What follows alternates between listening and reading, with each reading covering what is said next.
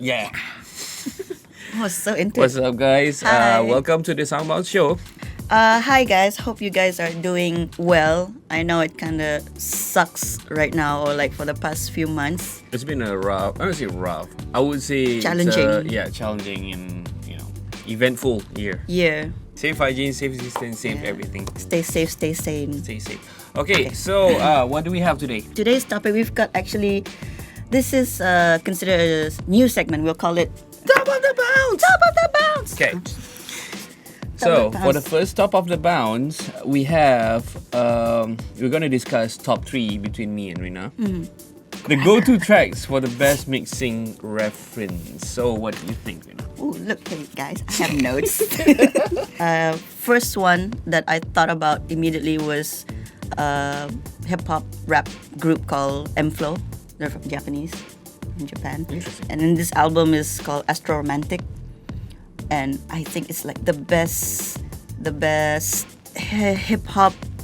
I think it was before glitch hop pop was introduced. What's a glitch hop? Glitch hop? It's like Skrillex, but better. Oh, okay. Like, yeah, if Skrillex was Japanese, but like Okay. a gaming-ish, glitch sounds. Like, Oh, okay. and then I like get it turned into hip hop. Yeah. But then like M-Flow, they took it to another level. They were basically Sexy Back before Sexy Back came out, and this was like they recorded this in 2002, came out in 2004. Interesting. So it's that's the album. But for the actual song that I really love, the mix is called Astro Sexy, featuring another group called Chemistry. The mixing is like EDM stuff, but like he mixed it on Machine before Machine was like Machine. There was like so many. Wait, see, I have with my notes. It says here insane and complex. Nice way to put Okay, it. while I'm talking, I hope you guys are like playing the track, looking for it on, whatever audio channels you can find. There's so much detail that you can hear everything. There was like vocal switches from here to there, and its constant bass is like right at the center, and so it doesn't sound all over the place. Basically, there's just so much It's detail. well put. Yes. Well put and well mixed. Yeah. Okay. Yes. That was So you should check it out. EDM. Okay.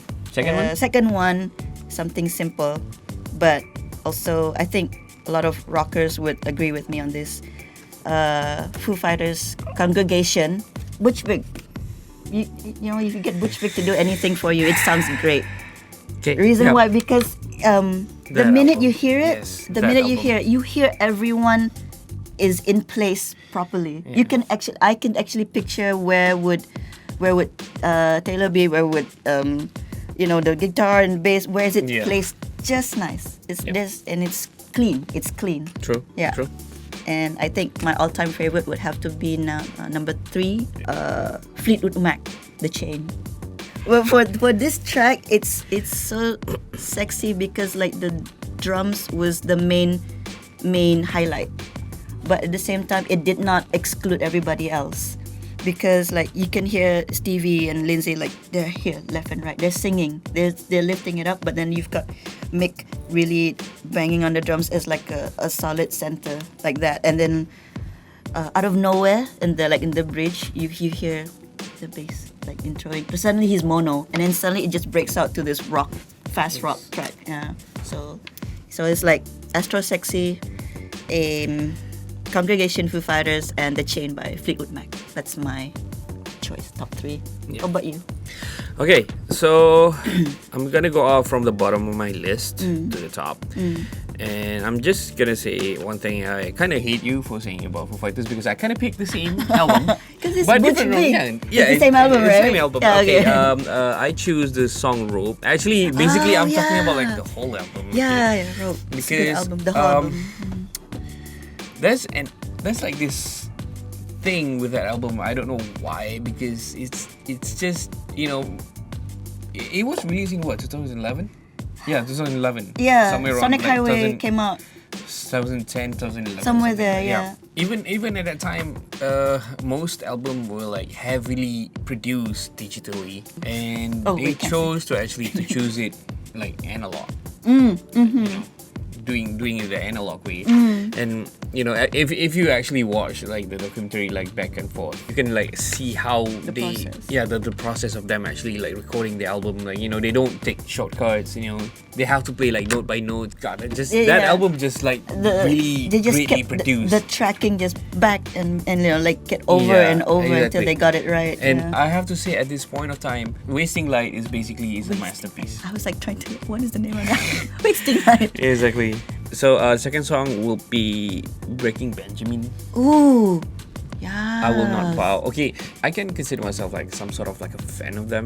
I mean, they're not like technical. No. But they're just like a band that wrote really monstrous riffs and really, they're really well produced. Yes. And the reason why I actually picked that actual song, I Will Not Bow, is because for me, that was one of the best drum sounding, track that was produced. Along, besides Nickelback's "Follow You Home." I don't mean to. I know, exactly. I mean, like, people actually like make fun of Nickelback. Actually, I love Nickelback. But actually, yeah, I'm actually a fan. Yeah, I mean, technically, like if you listen to those two albums, Back right? and Back, All the Right Reasons and also The Agony. Those are the albums that were actually because they were on a like really big label and they can actually afford to go to the studios and like really expensive studios and record things like, you know, as analog as possible, but they're not actually the analog. No. But, you know, you get what I mean, right? I do. You know, they would actually like record it. There was no samples. They were just like, you know, instruments and cabs and guitars and everything, and that's. It was something that as musicians that you could catch and like, oh hey, exactly. You know, like I would like you. That's why we were talking about like mixing references. That it was like, it's something like, oh, this bit, you know, this riff, because you know that they recorded these things without any plugins, without going through any digital sound processor or anything like that. You just feeling, you just record the drums, everything is mic'd, so you can listen to like every single detail of the tone and the sound. If you listen to that song, I Will Not Bow, especially on the chorus, right? Yes. Pay attention to the right. Like the right symbol that he's playing. It's actually like very detailed, and that's the most detailed right symbol I've ever heard in any record. Listen back to that. Okay, so my third track is the Anderson .Paak's Tins. Yeah. Actually, anything from him, anything. I mean, he is genius guy. He's a genius singer-songwriter. I mean, I would consider him as a singer-songwriter because he wrote his songs. Sexy.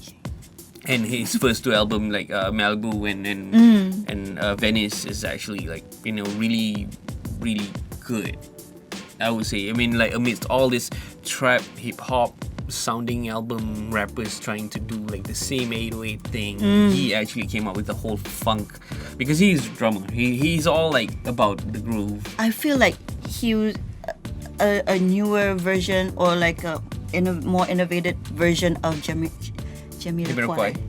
Reason being why that song, it's because it's technically like his third official album, I guess, as Anderson .Paak. Because that is the album that was completely mixed by Dr. Dre himself. Oh, I did not know this. He mixed all these songs. Everybody knows Dr. Dre is not that kind of a producer that just pick anyone from you know, he thinks that he could sell. He had to actually select the people that he has to work with in a good way, a very selective and producer. Having your album to be mixed by him. Wow. Yeah. And at the same time, he actually he himself wanted to like mix. It's something new for him. Yeah, because that is how much he actually like, you know, he got interested in. Nice. You know, wow. Anderson .Paak. So that's my top 3. Wow. Okay, so what do we have next? Next one would be top 3 guilty pleasures bubblegum pop song. Maybe not bubblegum pop, but pop song. Yeah, I mean, I don't know. I feel bad. There's nothing wrong with bubblegum pop songs. I'm sure Lars has a favorite Britney Spears song. I will put it right there. I put number 1 is Kylie Minogue. Lucky. Why? Because the amount of sneaky modulations. The verse itself is already quite sneaky, going up and down with, major and minor. And then all of a sudden, in the chorus, it just goes happy, the typical happy chord progression of happy chords. C, okay, E, F, I get it. G, yeah. So that one. And like Kylie's voice is, Yeah, Yeah. it's Kylie's it's voice. Kylie. So that's number one. It's like questioning Cher's voice. Never question Cher's Never voice. questioning Cher's voice. Okay, second. Second, That's you have to always- agree with me on this, okay? I always agree with pop. Yes, Backstreet Boys, As Long As You Love Me. Okay. There's something about that song. I mean, besides, everyone knows the lyrics too. The harmony in that is actually... I know you can hear like one dude, which is Brian's voice, like, tracking a lot in there.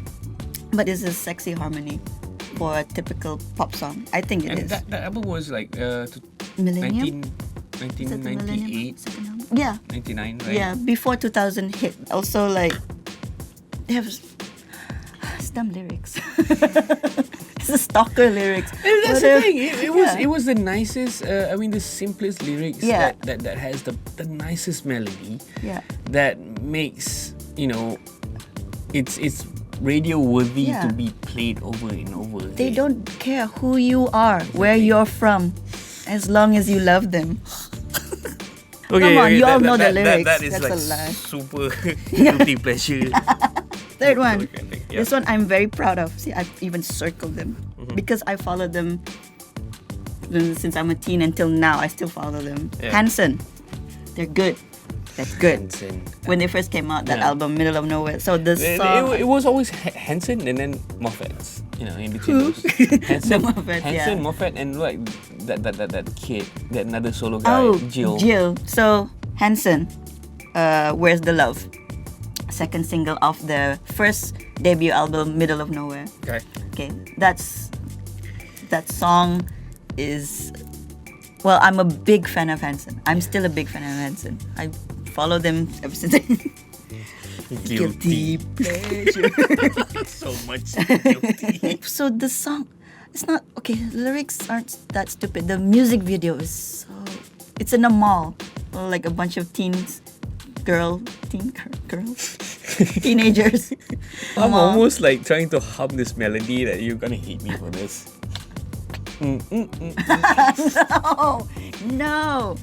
No. Anyway, the song starts off with like this constant organ, and then like you have the singer is about like his voice is about to crack any minute.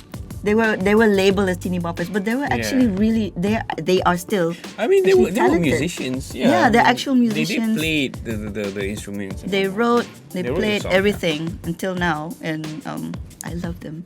Yeah. But there's something about the song it's like happy, and then suddenly in the bridge it's like so dark and edgy. It's like the first time they try to sound like they're rock and roll, and then suddenly out of nowhere, Isaac plays this solo guitar.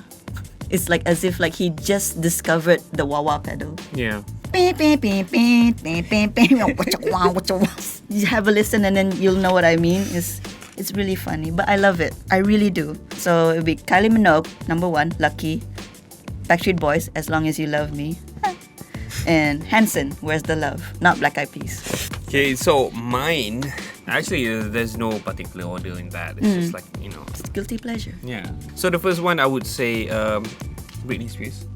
Of course. Of course. You cannot. You cannot. You cannot. Like have no Britney Spears in that. Like kind I of list. said, I believe Lars Yeah. Ulrich has a favorite Britney Spears song. I mean, technically, like she has tons of actually She's good really songs. good. I love her. But this one particular song is because of like it's sort of like a pop ballad. It's a mixture of like a ballad, but also it's not like a really slow ballad. It's a ballad, but not a that is. ballad. Yeah. Okay. The song is called Lucky. Oh. She's a Yeah. she's All a right, star, so we both but have she lucky songs. Yes, Yeah. exactly. That song is actually built in the major It's keys, an but innocent melody. and actually it's a really sad, hopeful at the same time. Yeah. But It's a sad, like you said, it's a Yeah. sad, happy song. like if like any guys out there who ever try to get a glimpse of being a girl, listen to that song. Wow. Yeah, that's so well put. So sad, but so well put. It's like like that song will actually bring like the Guys, utmost feminine side of every guy. A girl. zoom in my notes, editor. Interesting fact about that song is also it is produced by Max Martin. Of course. Actually, that guy, he produced like At that time, he actually produced everyone. Like All insane. He produced Backstreet Boys. He produced Christina Aguilera. He produced Britney. He produced basically everyone. I mean, imagine at that time you don't have plugins. You don't have anything. I mean, you have like machines to record music and whatnot, but you only have instruments. Yes. Samples will put in diskettes. Yeah. Imagine like That's a good way to 1.44 put it. megabyte diskette, of samples that you have. And he made like song like that sold billions of copies worldwide. Anything. I have a huge amount of respect on that. One of the recent artists that he produced is Ariana Grande. Oh, and of course. So the second song would be Carly Rae Jepsen. This song is called I Really Like You. Oh, the one with Tom Hanks. Yeah. Right? Oh yeah. That one was Tom Yes. Hanks, that's the thing. That song is like I like that song too. unbelievably It's silly, but you cannot not not feel like bad. it. Yeah. You cannot have a bad day with that song. It's like, one thing I like about her is CRJ. that she is the actual definition of pop. Yes. That to me is pop. It's I mean I don't want to try to sound edgy of like saying this other I mean, pop. Like, there are a not pop, lot but of pop people, but this is actually pop. Like Yes. The entire thing of that song, exactly, that's from what- the lyrics to the chorus, lyrics, the beat, the to melody, Carly's face. the cheesiness of The cheesiness, of yes. the lines is just completely pop. You Pop, have to yeah. listen to that song and you will know what I'm talking Agree. about. Okay, so the first one is her mentor, yeah, of Justin course. Bieber. Another of course guy. Yeah, of course. Of course. But okay, so the song is Never Say Never. Ah, I don't know why. Like, Baby is like, to me, is like such a disaster. I mean, I'm not trying to be edgy, but like, as it a was lot of saved by Ludacris. yeah, it was saved by Ludacris. Actually, I don't hate him at all, like completely at all. But I it's just like respect that him. song, honestly. But Never Say Never is actually like it's somehow It's very it's an catchy. uplifting Yeah. song for For a kid. For a kid at that time. Yeah, at that for time. kids his age. What I like about that song is The just whole like, believe yeah. in yourself kind of song. I mean, Believers. Jaden rapped and whatever that is, in a very one chord, and then after that you came like you build that up into like the chorus. That is to me is like a really good melodic progression. Yes, that's In my Agree. opinion, I mean the genius about that the songwriting part of that song is that you have this whole one chord throughout the whole rap, and then after that you build it up, and then that what makes the melody the hooks of it. the hook. Yeah. And is you have like one chord, and then after that you na na na na na. You go in. Yeah.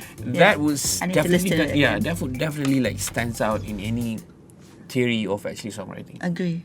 So basically that's it. That's my top 3 guilty pleasure. Britney, right? Britney, Yeah. Carly, and JB. Yes. It was a pleasure of sharing. Yes. And it was. We're not guilty now. No. Yes.